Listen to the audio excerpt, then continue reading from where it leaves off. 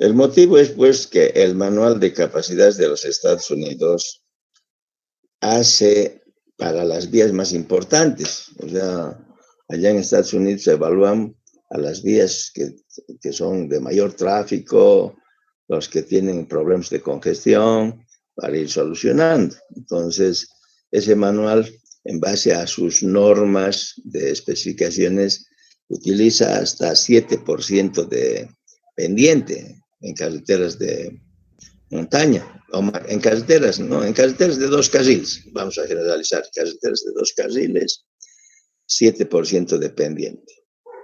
Pero nosotros no tenemos en el país, nos pasamos de esas especificaciones. O sea, entre 6 y 7 debería estar las vías más importantes en el país. Esa es la pendiente máxima para ese tipo de vías.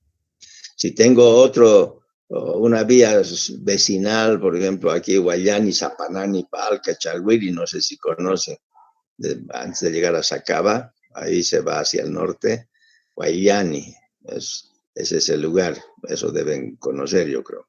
Zapanani es a 18 kilómetros subiendo la cordillera, y de ahí sigues Palca, Chalhuiri, así es, hay una carretera.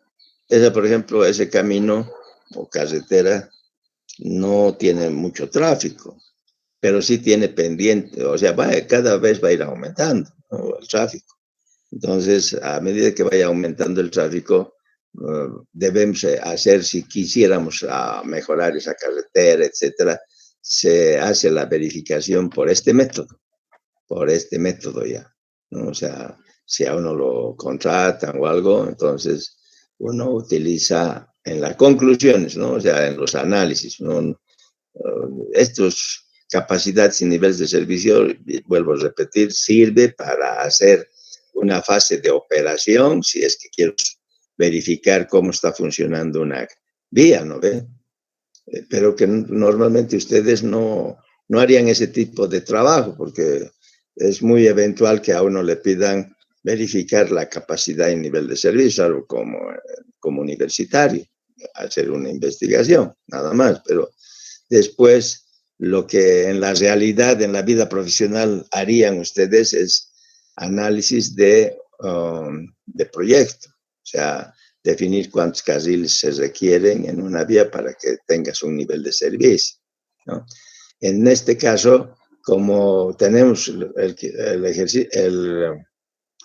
ejemplo que les he dado, que es una carretera Guayani, Zapanali, Parque Chalhuiri, por ejemplo, a medida que pasan los años va a requerir hacer ampliación, mejorar esa carretera. Entonces, para eso sí te sirve este método, porque es para caminos de montaña, o sea, hasta 14 parece, o 12, no me acuerdo exacto, ahorita vamos a ver, 12 o 14% de pendiente, debe ser hasta 14, más o menos la pendiente que se toma en cuenta en este método. En cambio, en el de los Estados Unidos, que van a hacer en una vía principal, en una vía importante de carretera de dos carriles, hacer con 14%, ¿no? Ellos cumplen con sus especificaciones. Y aquí mismo, en Bolivia, deberíamos cumplir con eso. O sea, para vías principales, pendiente máxima 7%, más o menos. Es el 6-7%. Para vías secundarias ya va subiendo a 9, ¿no? Y para vías vecinales hasta 14. En nuestro país hacemos con 16, a veces carreteras así vecinales, con más pendiente, pero que no es aconsejable, ¿no? Pero por economía es más que todo que dicen, bueno, ya este lugar, este caminito que estamos haciendo, pongamos 16 para disminuir costos, ¿eh? Y se hace con 16 algunos tramos, ¿no? No toda la carretera con 16. Lo máximo, y si ustedes quieren saber de carreteras así, hacer lo mejor, con pendiente 9. Lo máximo que se sugiere tener como pendiente en las carreteras es 9, máximo, ¿ya? En lugares muy difíciles de trabajar, o sea, de hacer una carretera. A mí me tocó uno, que es Pucara, Río Sacambaya. Tal vez alguien conoce esos lugares. es en Independencia.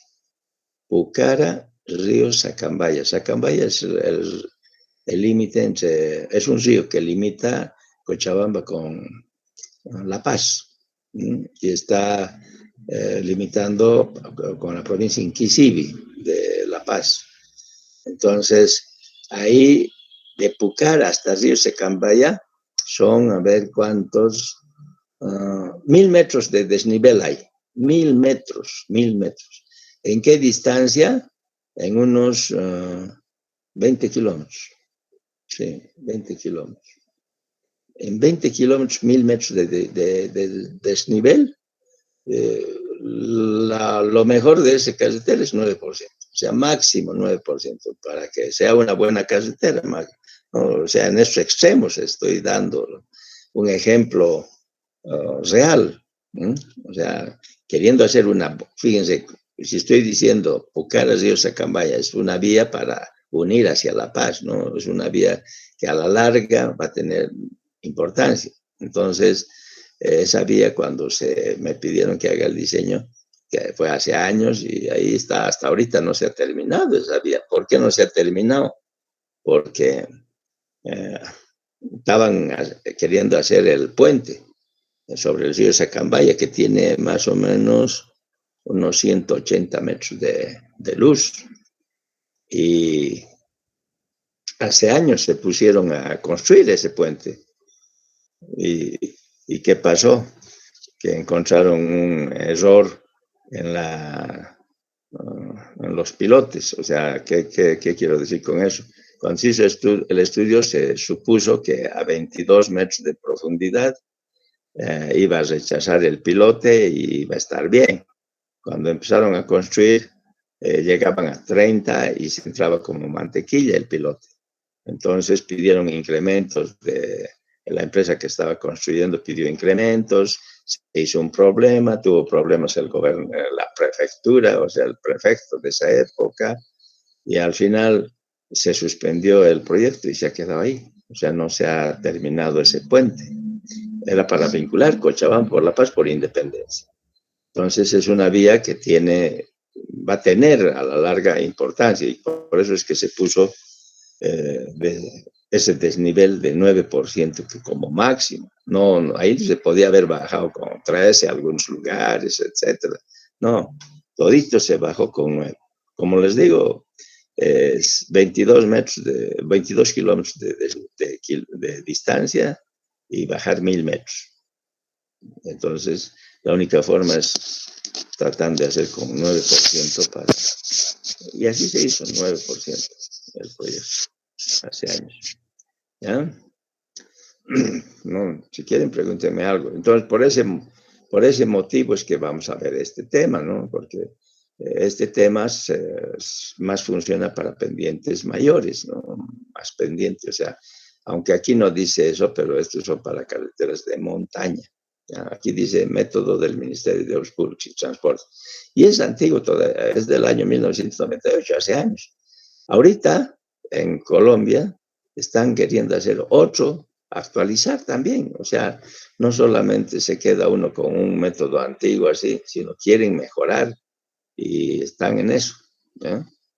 Y eso yo sé porque cuando mi hijo estuvo allá en Colombia le pidieron que haga que trabaje en varios en este tipo de tema, de capacidades en la universidad, para la maestría, ¿no? Para la tesis. Pero él me dijo, ¿me van a pagar? Voy a hacer eso.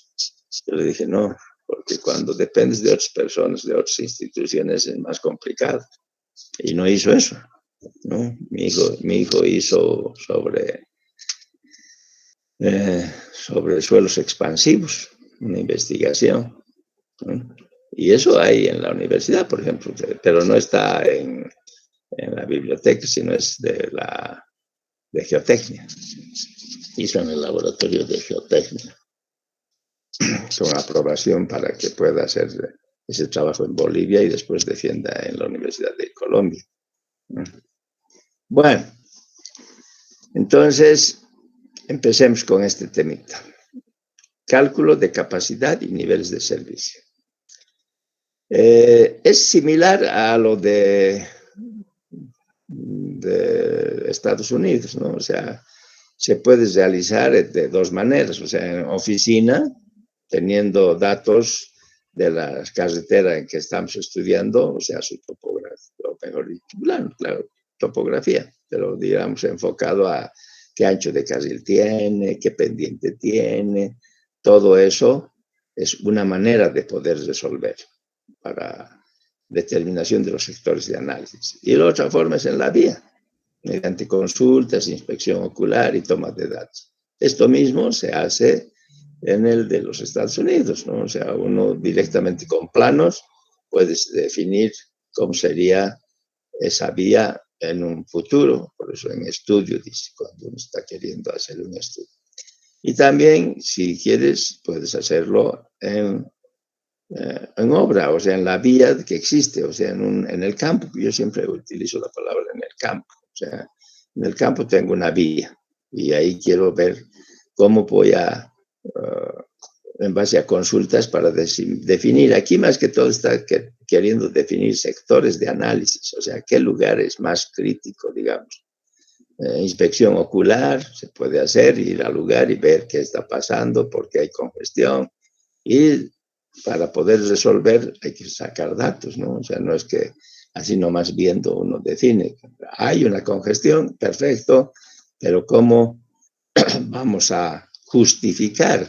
O sea, para vos puede ser que haya congestión, para otros pueden decir que, no, por un ratito nomás hay congestión. Entonces, para poder analizar técnicamente es que se utiliza estos métodos, ¿ya? O sea, no es que es así nomás, ya podemos utilizar estos métodos. Antes no, o sea, antes del 65, del año 1965, no, nada, no había.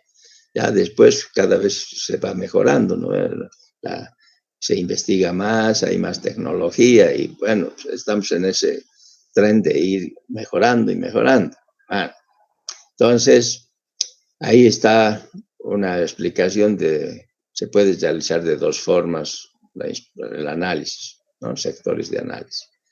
Se puede analizar sectores críticos también, para determinar la vía de los sectores críticos de un tramo. Se puede proceder de la siguiente manera. Igual, no voy a estar leyendo labor de oficina, se tiene para ver qué lugares o qué segmentos o qué tramos en el terreno tenemos problemas de congestión. Entonces, para eso se hace se empieza a utilizar este método, ¿no? Se identifican y delimitan las abscisas, los cuellos de botella, los sectores críticos. Entonces, uno va anotando para poder ir, o sea, anotando en un resumen, ¿no? Y decir, bueno, este es un sector crítico y lo vamos a analizar. También en el campo, igual, ¿no? O sea, en el campo, pedir al conductor del vehículo que comunique cuando vaya a la velocidad deseada y cuando se lo exprese, observar el velocímetro anotando el valor correspondiente a la velocidad. O sea, una vez realizada una identificación preliminar, la condición crítica de los sectores se pueden identificar midiendo la velocidad a flujo libre en ellos. En estas vías, la velocidad a flujo libre se puede determinar de estas formas. Bueno, viendo esto, dice un resumen, esto que les he pasado es un resumen del método del Ministerio de Obras Públicas y Transportes. Entonces dice, hay que resolver empleando una hoja de trabajo que te lo dan ellos y te dicen la información de entrada y los cálculos pertinentes se consignan en la hoja de trabajo número 1. O sea, te dicen, le vamos a dar una hoja de trabajo en la que tiene que usted llenar la información. Entonces, esa hoja de trabajo sería esta, ¿no? Hoja de trabajo número 1. Carretera de 2 carriles. Solamente sirve para carreteras de 2 carriles, ¿ya? No sirve para autopistas, para otros tipos de vías, para carreteras de 2 carriles.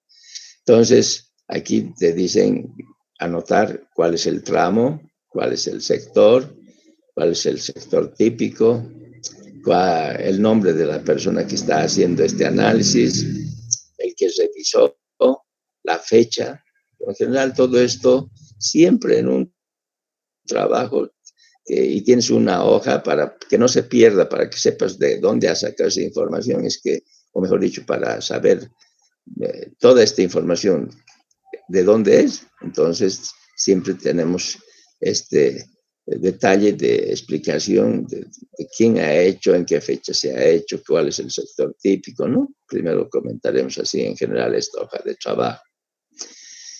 Después, dice, como siempre hemos visto en el manual de en capacidad y niveles de servicio, o sea, en la teoría, necesitamos datos geométricos y de tránsito. O sea, si no, no se resuelve esto, ¿no?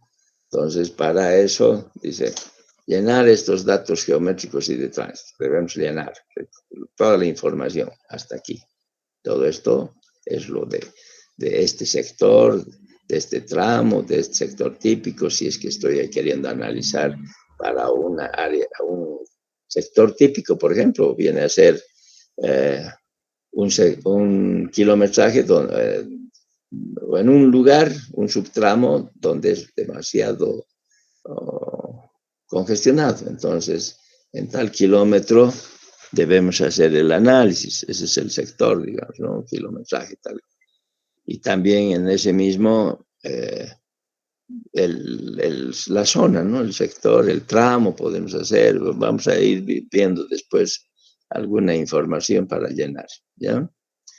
Entonces les decía el nombre de la persona o la institución que está haciendo este análisis, quién revisó, calculó, revisó y la fecha. Bueno, les decía que era necesario tener información para todo lo que es capacidad. Siempre necesitamos geometría de la vía y los datos del tráfico, del tránsito.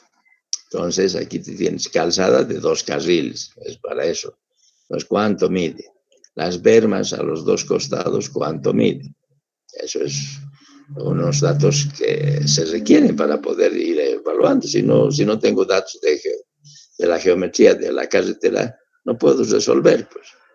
Entonces, aquí dice tipo de terreno: plano, ondulado, montañoso, escarpado. O sea, uno coloca, dependiendo de dónde estás queriendo investigar, si es un terreno montañoso, plano o escarpado.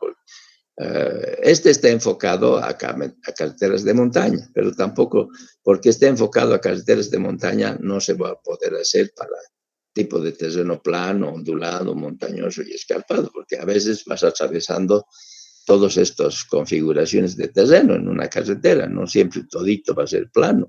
Puede haber en un sector montañoso, en otro ondulado, así. Entonces, aquí hay que poner qué tipo de terreno es o configuración del terreno. Pendiente. Entonces, si yo estoy analizando un sector, ¿cuál es la pendiente máxima? Entonces, aquí pendiente anotar. La longitud de ese tramo que quiero investigar. Puede ser 1 kilómetro, les he dicho 500 metros, puede ser 5 kilómetros, dependiente, con 8%, 10%, etc. Entonces, aquí vamos a ir llenando esa información. Después, aquí dice radio de la curva más cerrada. O sea, de ese tramo que estás investigando, ¿cuál es la curva más cerrada? O sea, que tiene el menor radio, digamos, o sea, ver cuánto es. Entonces, aquí será pues 50, 80, 30, 60, bueno, ese es el radio de la curva más cerrada. Deflexión de la curva, o sea, te están pidiendo cuánto es el ángulo de deflexión en grados, o sea, puede ser 30, 20, así, 20 grados, etc. Una característica que no hemos visto en los del manual de Estados Unidos es esto: estado de las superficies de rodadura. Yo les he comentado que a veces uno dice, ¿por qué los de Estados Unidos no hay el estado de la superficie de rodadura? Porque está indirectamente incluido en la velocidad a flujo libre. O sea, esa velocidad va disminuyendo rápidamente si el estado de la superficie de es mala. Entonces, los investigadores, cuando han hecho el manual en Estados Unidos, han indicado que es eso.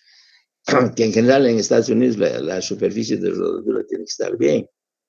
Entonces, no hay mucho problema. Si tú quieres analizar más, es porque se supone que la superficie de rodadura está bien en función de la velocidad a flujo libre. Y es por eso que no toman en cuenta. En cambio, como es en Sudamérica, se le está tomando en cuenta el estado de la superficie de rodadura. O sea, hay tres formas de calificar o evaluar esta calzada del pavimento.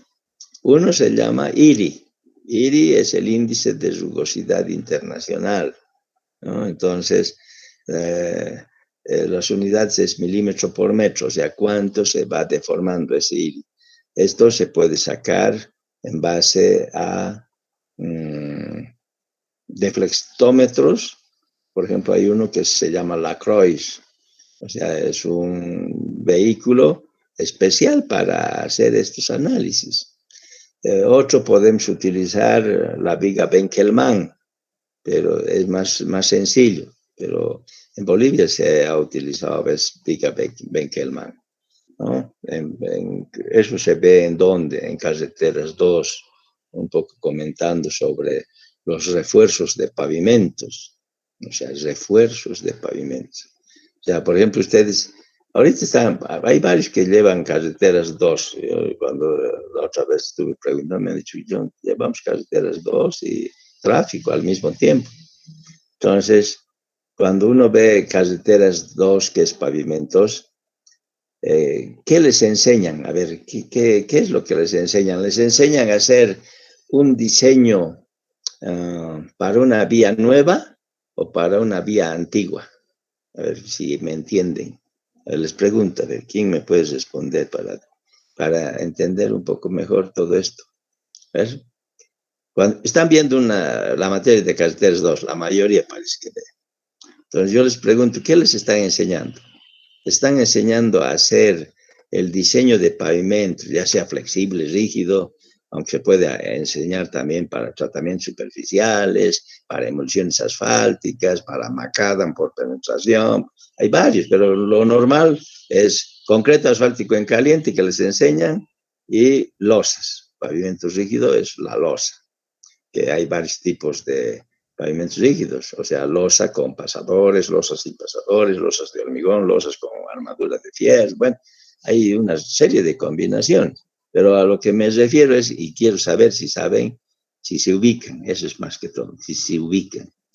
Lo que les están diseñando, o mejor dicho, lo que les están enseñando es para hacer en una vía que ya está con pavimento o una vía que no está con pavimento. O sea, ¿cómo es? ¿Quién me dice? ¿Nadie? Oye, ¿qué pasa? ¿Qué? Pues ya dije con pavimento. Con pavimento. Tú, Luis eres, ¿no? Sí, ingeniero, sí. Ya, un gusto. ¿Qué tal? Buenos días. Bueno, por lo menos me gusta que te animes a ver, ¿qué más? ¿Quiénes más opinan? A ver. Vuelvo a repetir para que se ubiquen. A ver. En Carreteras 2 les están enseñando a diseñar pavimentos flexibles y rígidos. Así en general estoy queriendo comentar. Pavimento flexible y rígido. Bueno, ¿cuál de ellos les enseñan más que todo? Les enseñan el concreto asfáltico en caliente, en flexible. En el rígido les enseñan, digamos, a diseñar pavimento de hormigón simple o hormigón Portland, digamos.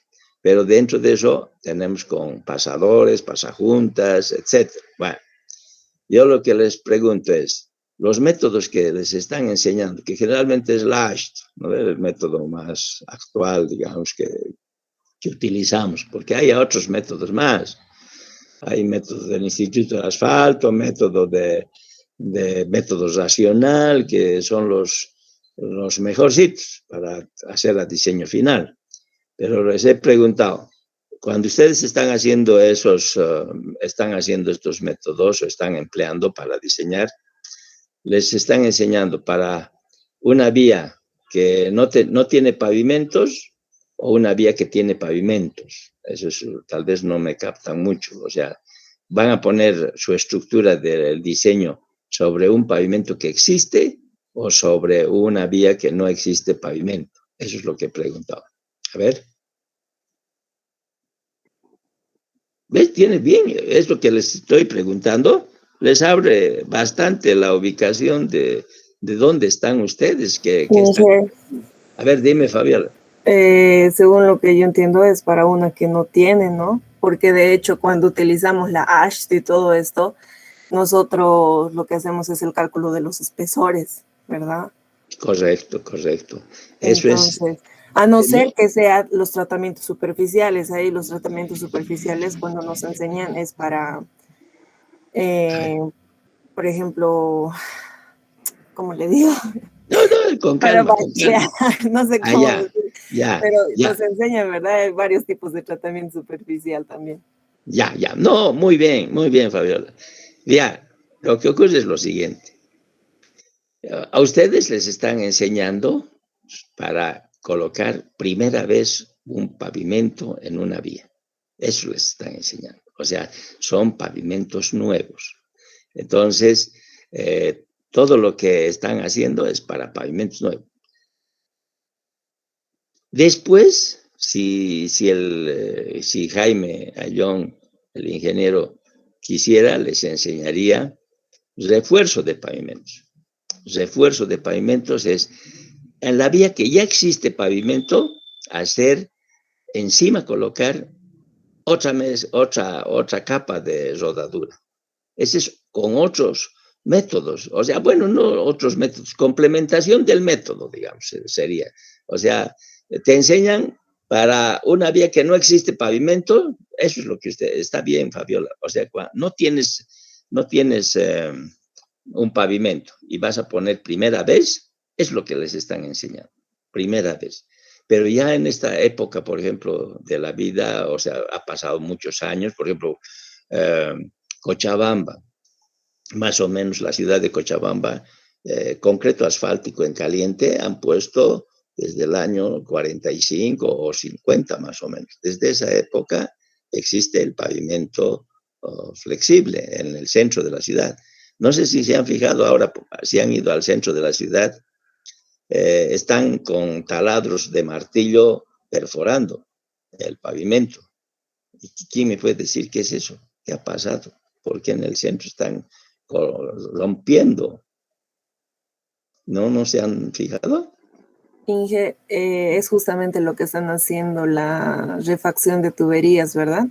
Sí, o sea, yo lo he visto por partes, no sé, Sí. Ni siquiera me he puesto a detallar exactamente qué es lo que están Es justamente, Inge, ya, así comentarle, una obra en la que se encuentra el ingeniero Rocha, y lo ya. que están haciendo es conjuntamente con una empresa contratista y con CEMAPA, y lo que están haciendo es la refacción de las tuberías de antiguas. Entonces lo que hacen es sacar calicatas, ¿verdad? Y para ello tienen que abrir como partecitas simplemente de toda la vía para ir perforando a cierta profundidad. Entonces, y el tubo solamente lo jalan del otro extremo.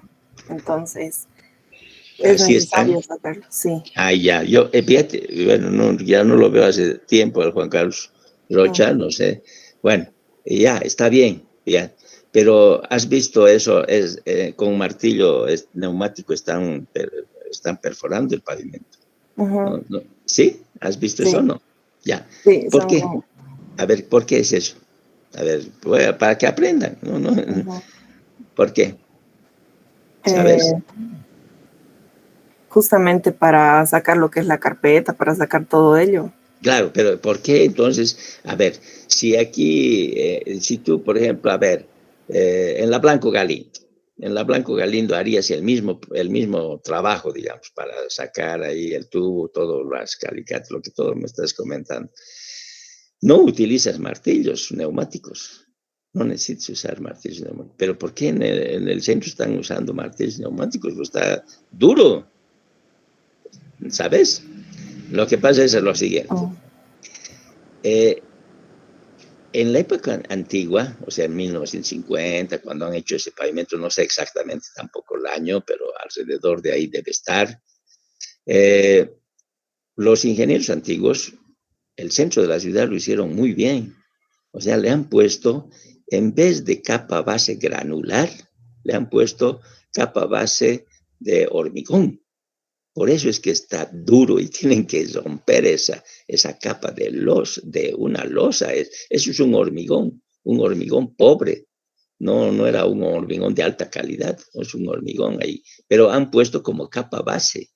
O sea, no, normalmente cuando uno, o sea, por ejemplo, tú haces el diseño de pavimentos, vas a poner capa base granular triturada, o sea, o chancada, que dicen ustedes normalmente.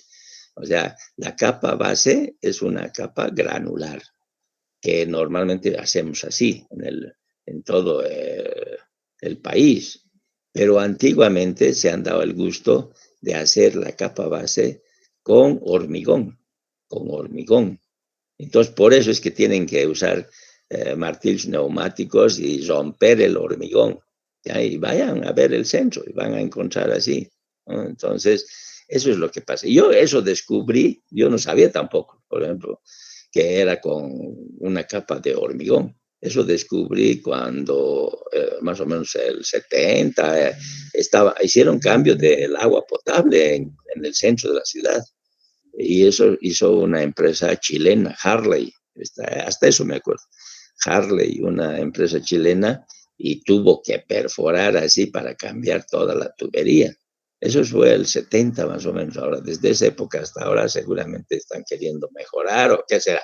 Bueno, pero eso es lo que ocurre. Entonces, a ver, resumiendo, ustedes cuando están haciendo los diseños de pavimentos es para un camino, una vía, una avenida, una calle o una carretera, cuando no tenía no tiene pavimento, no tiene ninguna, o sea, puede tener un empedrado, digamos, y hay que sacar el empedrado o se pone encima del empedrado el concreto asfáltico, pero nunca tenía antes concreto asfáltico, digamos, ¿no? O sea, recién vamos a poner la primera vez. Ahora, eso es lo que les enseña, pero cuando uno quiere aprender un poco más, ya también es refuerzo de pavimentos. Y el refuerzo o rehabilitación de pavimentos es una vía que ya existe con pavimento y hay que poner otra capa encima. Y eso es lo que se hace en la mayoría de los países. O sea, por ejemplo, yo conozco de Colombia, que originalmente el año 70 hicieron con 10 centímetros de espesor de concreto asfalto. Y ahorita ya están en 30. ¿Y qué ha pasado? Que pues al pasar los años tienes que ir aumentando el espesor, en las caseteras especialmente, en las caseteras. Vas aumentando más concreto asfáltico. No es que tienes que deshacer todo el pavimento y volver a hacer otra estructura. Normalmente ya no vale la pena, o sea, hacer de nuevo todo, sino ya tienes tu capa base, tu capa subbase, ya está definido y tienes la carpeta, que es el concreto asfáltico. Generalmente es lo que usamos ahorita, concreto asfáltico en caliente. Entonces encima le vas poniendo otros 5 centímetros, 10 centímetros y así vas aumentando para que pueda tener mayor vida útil ese pavimento. Es lo que se hace, se va aumentando. Por eso que diseñamos para 10 años. Después de 10 años deberías verificar y se vuelve a poner otros 10 o 5 centímetros y así se va subiendo. ¿Qué pasa con el centro de la ciudad? En el centro de la ciudad, por ejemplo, no se puede hacer eso, ¿no? Y además ya está restringido los vehículos pesados, ¿no? Los vehículos pesados, los camiones no deben entrar al centro de la ciudad. Por lo tanto, como no entran al centro de la ciudad, entonces lo que se hace es un maquillaje a las calles y avenidas en la ciudad, porque tenemos limitaciones de las aceras, de los cordones de acera. Entonces, solamente se hace un maquillaje y se hace un bacheo, como dicen en general, o rehabilitación de toda la calzada. Está bien, ¿no? Eso es lo que quería que más o menos aprendan. Y bueno, en los refuerzos, las rehabilitaciones, se utilizan los mismos métodos, AASHTO, etcétera, Instituto del Asfalto, y hay otros métodos, pero tomando en cuenta como si no hubiera pavimento y haces un nuevo pavimento y ahí aumentas un espesor efectivo que se llama y directamente ese es el refuerzo, ¿ya?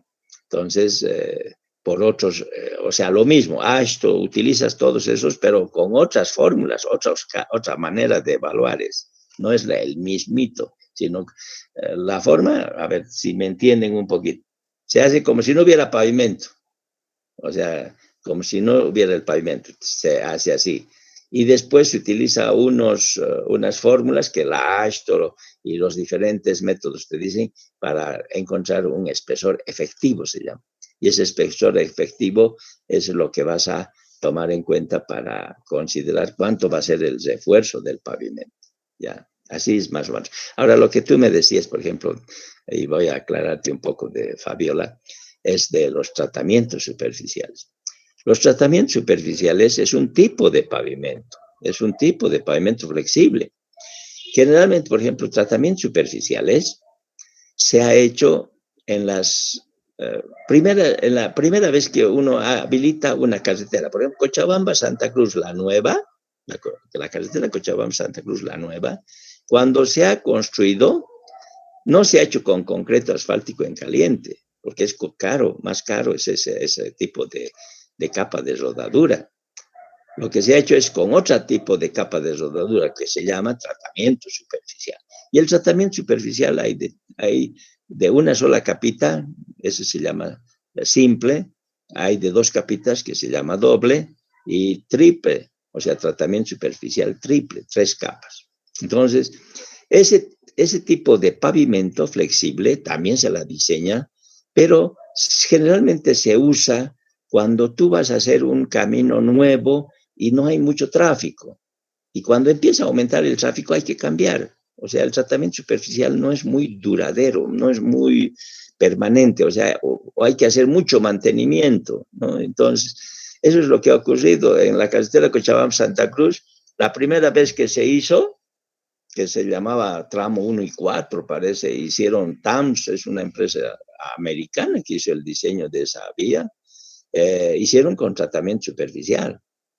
La Rubén Darío, por ejemplo, hasta hace unos 10 años atrás, estaba con tratamiento superficial, que parece igualito que fuera, tú ves como de lejos y dices, esto es concreto asfáltico, pero no, es un tratamiento superficial, difiere un poco, ¿ya? Y es un espesor pequeñito el tratamiento superficial, es con gravilla que se usa, no se usa con grava, con gravillas, tamaños, digamos, mal gradados. ¿Qué es mal gradado? A ver, ¿quién me dice que es mal gradado? A ver, ¿quién puede decirme qué significa mal gradado? Por ejemplo, los tratamientos superficiales es con gravilla mal gradada. ¿Qué quiere decir eso? A ver, ¿alguien? Lancen. Así como Fabiola, por ejemplo, que quiere aprender, Luis, Germán también quiere aprender, yo quiero que todos quieran lo mismo. A ver, ¿qué es malgradado? Eso se ve en suelos, ¿no? Pero también se puede ver en carreteras 2 o en cualquier comentario de cuando uno hace una mezcla, o sea, quieres utilizar material granular y puedes decir bien gradada, mal gradada. Mal gradada quiere decir un solo tamaño, casi. O sea, están en unos rangos, no hay toda la gradación, o sea, como ir haciendo en un tamiz, ¿no ves? Tienes tamiz, diferentes tamaños de los tamices. Si pasa por todos esos, o sea, digamos, es bien gradado, o sea, tienes diferentes tamaños. Y mal gradado es tener poca diferencia de tamaños. Entonces, los tratamientos superficiales son mal gradados, o sea, son gravillas de determinados tamañitos nada más, de número 4 a número 8, por decir algo, ahorita no tengo en la mente exacto. Entonces, esos tamaños, eso es malgradado. Entonces, se usa cuando este tratamiento superficial cuando tenemos poco tráfico y cuando se inaugura la primera vez, por ejemplo, una carretera, generalmente hacemos con tratamiento superficial. Para que se den cuenta, la Blanco Galindo, la primera vez, no es que yo conozco todo, sino, o sea, tengo información, o sea, me voy enterando y además es de lógica que la Blanco Galindo, ustedes ven 3 carriles por sentido en la parte central, ¿no ven? 3 carriles por sentido. Eso antes no era así. ¿Eso cómo era? Era un camino, un carril de ida y un carril de vuelta. Así era. Y cuando se hizo eso, casi les garantizo que estaba con tratamiento superficial.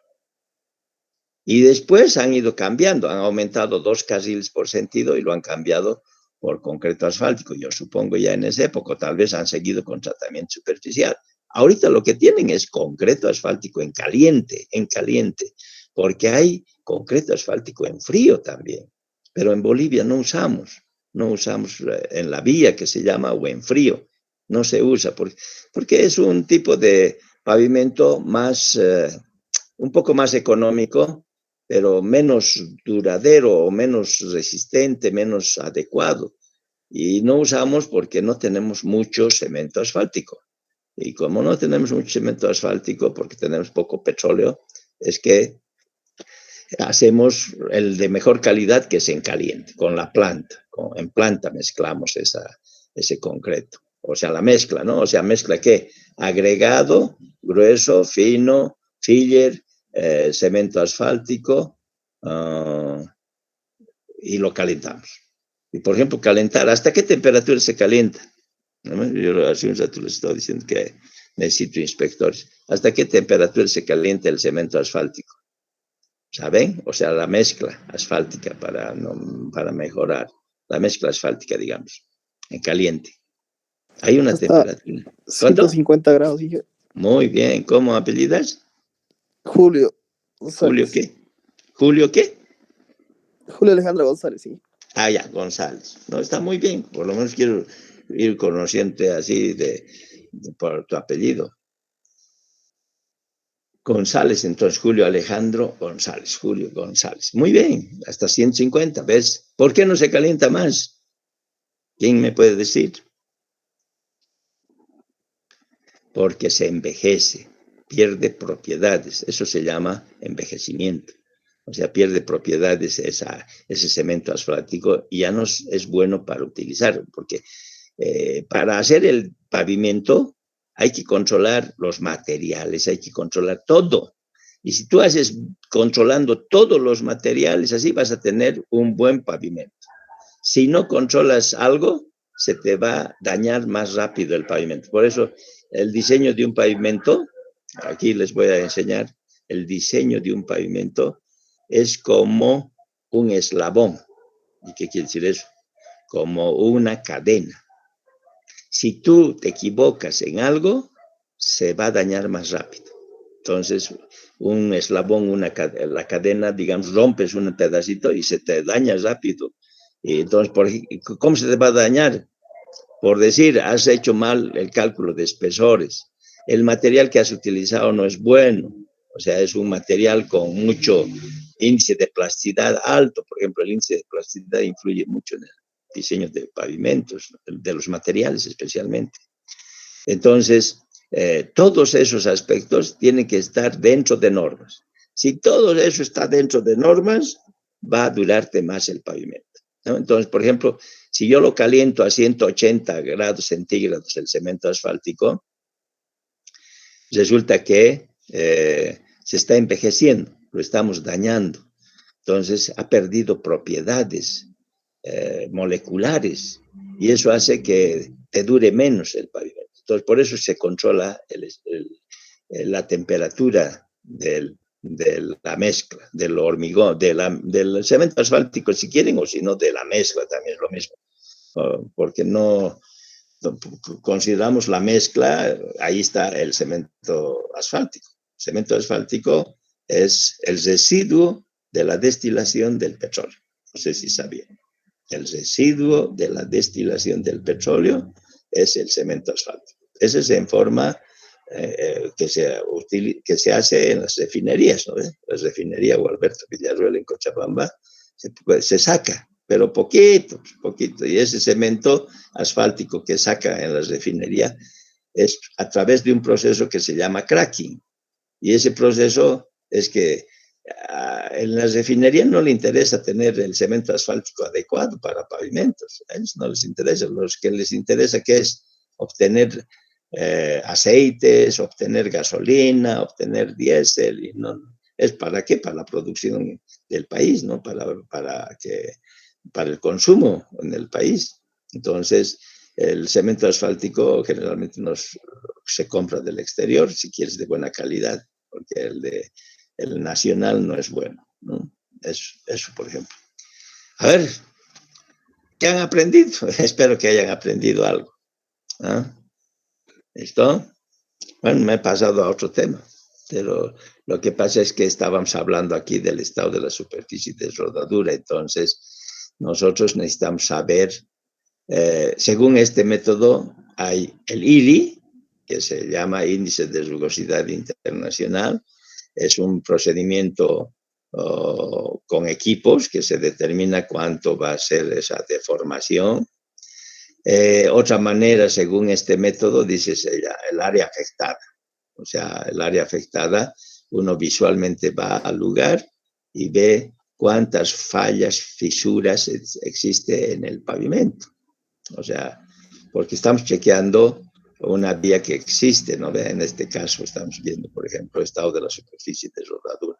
Entonces, o si no, tienes que suponer, ¿no? Si estás haciendo para diseño, un análisis de proyecto, entonces aquí dices, voy a tener una vía que esté en buen estado, o sea, no voy a construir una vía que está dañada, ¿no? Entonces depende en qué situación estoy evaluando, ¿no ve?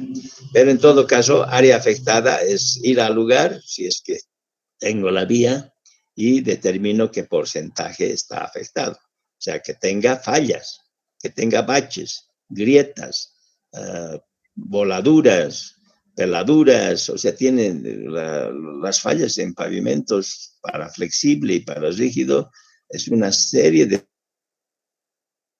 fallas, hay hartas fallas, y hay que tratar de ver cuántos tipos de fallas, grietas longitudinales, transversales, de todo hay, pues, ¿no? Entonces, eso se debería ver en pavimentos, en las fallas del pavimento, ¿ya? Y bueno, o sea, en carreteras 2 podría uno ver qué tipo de fallas hay, ¿no?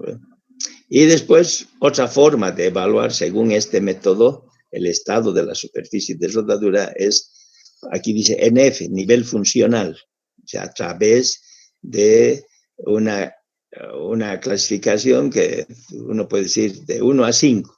O sea, es un número que puede ser subjetivo, ¿no? Puedo decir yo, está en un nivel funcional de 5, o sea, bien, está el estado de la superficie está perfecto, entonces le voy a poner 5. Entonces, es otra forma de evaluar. ¿Y por qué, por ejemplo, este nivel funcional se puede utilizar? Si ustedes revisan o recordemos, digamos, en pavimentos rígidos y flexibles, la AASHTO, por ejemplo, la AASHTO, tiene un índice, ellos llaman, o sea, denominan índice. Ese índice varía de 1 a 5 también. ¿Qué se llama ese índice? A ver, ¿quién me dice? Eso pueden decirme. Yo creo que sí. Si están más o menos bien en pavimentos, me pueden decir, la AASHTO tiene una clasificación, o sea, clasifica por índices, pero no directamente a este tema a nivel funcional, sino es otra forma de evaluar, parecido, pero no es lo mismo, ¿ya? ¿Qué se llama ese índice? ¿Saben? Yo les aseguro que saben. o si han llevado, más o menos se pueden acordar, y es importante saber eso, qué es ese índice, o cómo se califica, cómo es la forma. No, nada, ni idea. ¿Qué es su nombre de ese índice? ¿No? ¿Se han olvidado? ¿O no han llevado a esto todavía? ¿O ya han llevado?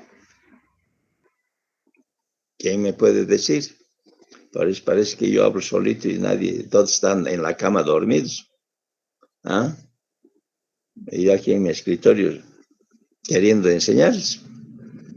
Y ustedes soñando. ¿Ah? ¿Cómo es? Me hacen reír. ¿Cómo es la cosa? A ver. Nadie sabe. Y yo les aseguro que saben. Por eso les he preguntado, ¿han llevado o todavía no han llevado? ¿O no? Dime, Fabiola. Es el índice de Ya, muy bien, eso es, serviciabilidad. Muy ¿verdad? bien, ¿ves? Has querido dar índice de serviciabilidad. Si tú lees bibliografías, antiguamente no se decía así, sino se decía índice de servicio. Así se decía. Ahora ya se ha cambiado esa palabra servicio por serviciabilidad. Entonces, el índice de serviciabilidad varía, según bibliografías, puede ser de 0 a 5 o de 1 a 5. Así más o menos es. Y nosotros, en base a ese índice, es que diseñamos. O sea, por eso es que tiene tanta importancia. Por eso, a veces algunos quieren saber, a ver, qué método, o sea, a ver, a través de ¿cómo se llama esto? De un programa puedes resolver el método AISTO, digamos, el diseño. ¿Qué programa han usado o no usan? Porque, digamos, ese programa, ¿están usando o no usan? A ver, ¿qué quiero saber? ¿Cómo diseño? ¿Qué dices? A ver. Es por el programa de DIPAP, pero todavía no lo estamos usando. Recién nos va a enseñar el Inge ahí. Ya, muy bien. O sea, eso es lo que pasa. El DIPAP es, por eso que yo decía, es como apretar una tecla y listo, ya han sacado sus espesores. Y yo no quiero, o sea, no me parece correcto eso, porque necesitan saber qué es el índice de serviciabilidad y todo lo que corresponde. Por ejemplo, ¿qué es? Ya no se deben acordar. Si el índice de serviciabilidad no se acuerdan, no, peor, pues coeficientes de capa son A. Hay para capa granular, para capa subbase, los coeficientes. Bueno, en todo caso, el DIPAP, ese es uno, el de Bolivia que están utilizando, es DIPAP. En Estados Unidos es Darwin, el Darwin, ¿no? Hace años yo iba a comprar un Darwin en $6,000 para hacer diseño, pero dije, un absurdo, prefiero hacer con mis con mis fórmulas y mis figuras y listo, porque $6,000. Entonces, ahora el DIPAP, por ejemplo, hay a nivel de estudiantes y les conviene pues a la asociación que ha creado esto del DIPAP, que todos aprendan a usar para que puedan pavimentar, más que todo para usar el hormigón Portland. La idea de esto es para que todos diseñen con pavimento rígido. Ese es el fondo en Bolivia, que no se diseñe con concreto asfáltico en caliente, sino con hormigón Portland, ¿no? Pero bueno, eso ya es otro cantar, pero muy bien, Fabiola, eso es, índice de serviciabilidad. Entonces, de 1 a 5 también es ese, y aquí está el nivel funcional de 1 a 5, o sea, más o menos pero el de índice de serviciabilidad sí es un valor con el que uno empieza a diseñar un pavimento. Por ejemplo, 5 no colocamos en el índice de serviciabilidad, porque según la AASHTO dice, esto sería excelente que esté apenas terminado la construcción, pavimento, o sea, que hayas construido el pavimento y ponerle 5 no es lo correcto. Eso es lo que te enseña la AASHTO. Te dice, nosotros sugerimos que apenas terminado el pavimento, el índice de serviciabilidad para rígido, ¿cuánto sería? A ver, a eso más preguntaré, a ver, para que aprendamos o recordemos. Vuelvo a repetir, el índice de serviciabilidad, apenas terminada la construcción de un pavimento rígido, ¿cuánto sugiere que valga la AASHTO? Porque eso es una sugerencia del AASHTO, no es que tú vas, o sea, bueno, ya indirectamente tú también tienes que adoptar lo que los investigadores han definido, ¿no? ¿Cuánto es? ¿Alguien sabe? No. Se ve que no, todavía no están bien en pavimentos, en carreteras. ¿Cómo es la cosa? ¿O están bien? No, no están muy bien. 4,5, 4,5, eso es lo que dice. Según la prueba AASHTO, dice, yo sugiero que sea 4,5. Fíjense, yo estoy empleando un término que es importante, la prueba AASHTO. La prueba AASHTO recomienda que sea 4,5 en pavimentos rígidos. Y en pavimentos flexibles, ¿cuánto? Sugiere la prueba AASHTO, ¿no? 4.2. Eso, muy bien, 4.2. Eso. De ahí es que, bueno, uno va aprendiendo más cosas, etcétera, ¿no? Pero, bueno, a eso me refería, ¿no? Nivel funcional es otra cosa. Esto es más subjetivo, ¿no? Pero he querido correlacionar con el índice de serviciabilidad para que se den cuenta en algunos aspectos, ¿no? Volumen total en ambos sentidos. Bueno, eso es vehículos hora, no es vehículos día, ¿no? Por si acaso, cuando uno hace un diseño de una vía, quiero saber cuántos carriles voy a requerir, etcétera, el volumen que se utiliza es por hora, no por día. Ahora, que partas del día, o sea, un tránsito diario y llegues al horario, ya está bien, pero para poder trabajar tiene que ser por hora, no por día, ¿no? Aquí, volumen total en ambos sentidos. Pues, distribución por sentido. ¿Cuánto es en ascenso y en descenso? O sea, hemos dicho, este volumen se distribuye. O sea, puede ser 50-50, hemos dicho, ¿no ves? La mitad y la mitad. Eso es lo normal, lo racional. Pero puede ser 55-45, puede ser 60-40, y así, ¿no? Entonces, esa es la distribución por sentidos. Tenemos que anotarnos cuánto es esa distribución por sentidos. La composición del tránsito. O sea, aquí está lo mismo que hemos estado viendo. Automóviles, ¿cuánto es el porcentaje? Buses, ¿cuánto es el porcentaje? Camiones, ¿cuánto es el porcentaje? Y si se acuerdan, en el manual de capacidades, sumamos los buses más camiones. Y aquí está, buses más camiones, ¿qué porcentaje hay? ¿Ve? Hemos dicho que los vehículos pesados los sumamos, si se acuerdan, en el cálculo de capacidad y niveles de servicio. Entonces, buses más camiones, tanto. Zonas de no rebase, o sea, zonas de donde no puedes adelantar. Entonces, el 20%, el 40%, ese porcentaje, por ejemplo, un poco es de lógica, ¿no?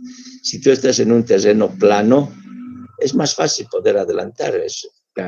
Tienes distancias de visibilidad, de poder ver el vehículo que viene en sentido contrario. Entonces, en las zonas de no rebase va a ser bajo, va a ser 20, 10, ¿no? En cambio, en zonas en lomerío va aumentando, ya 40, digamos, zonas de no poder adelantar.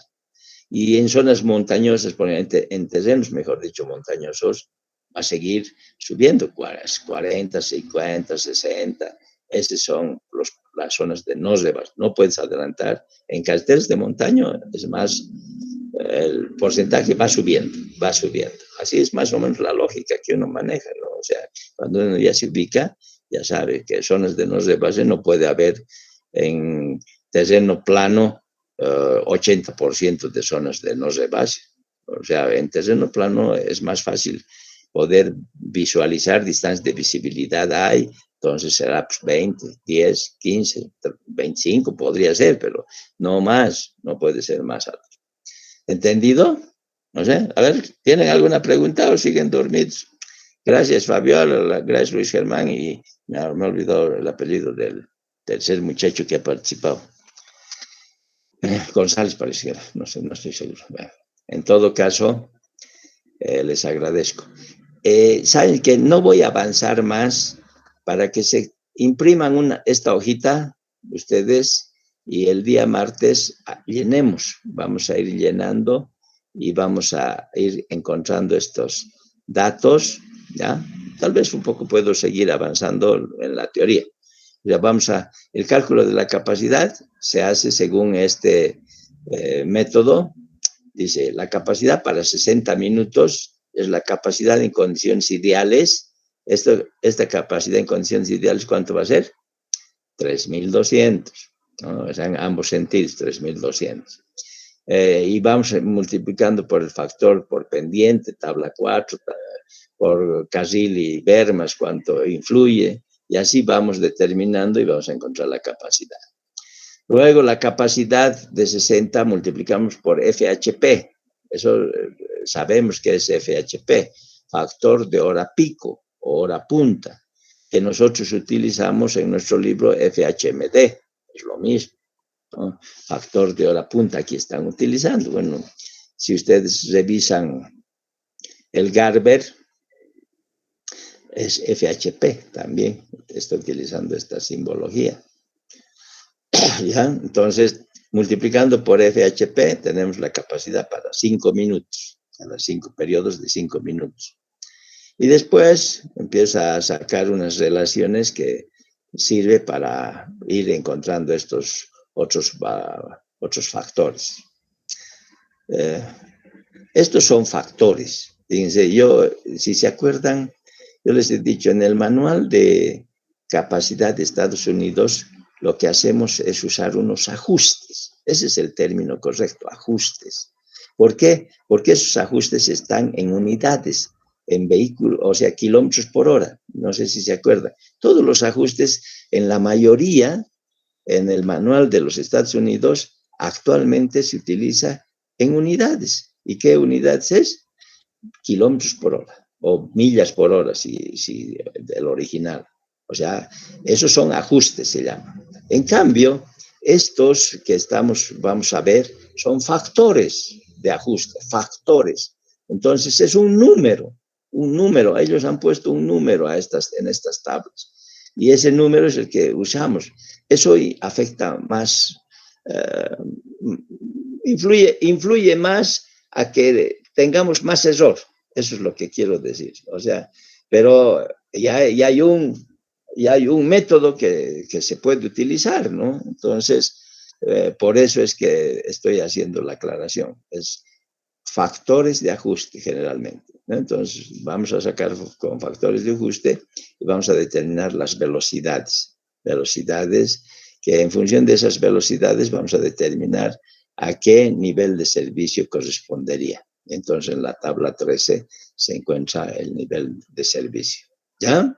Entonces, para el día martes imprimen esta hojita y vamos a ir llenando con datos, o si quieren de otra manera, ustedes, para que se acuerden cómo se determinan todos estos ajustes o factores de ajuste y podamos resolver mejor. ¿Ya? Entonces, tal vez alguna consulta, ¿no? Bueno, no hay consultas. Descansen este fin de semana, pues entonces un poquito descansen y vayan estudiando su libro y vayan empezando a hacer la práctica, que me olvidó pasarles más antes. ¿Ya? ¿Listo? Aunque les dije, vayan haciendo ejercicio, ¿no? De los primeros de autopistas y de carreteras de carriles múltiples. Y ahora, como hemos visto caminos más, entonces, de carreteras de 2 carriles, eso más. O sea, los 8 primeros ejercicios, eso me lo hacen en una semana. ¿Ya? Bueno, ahí quedamos. Espero que descansen y vayan estudiando, pero ¿ya? ¿Cuántos han quedado? Vamos a ver aquí. Ni uno se había ido. Oye, qué raro.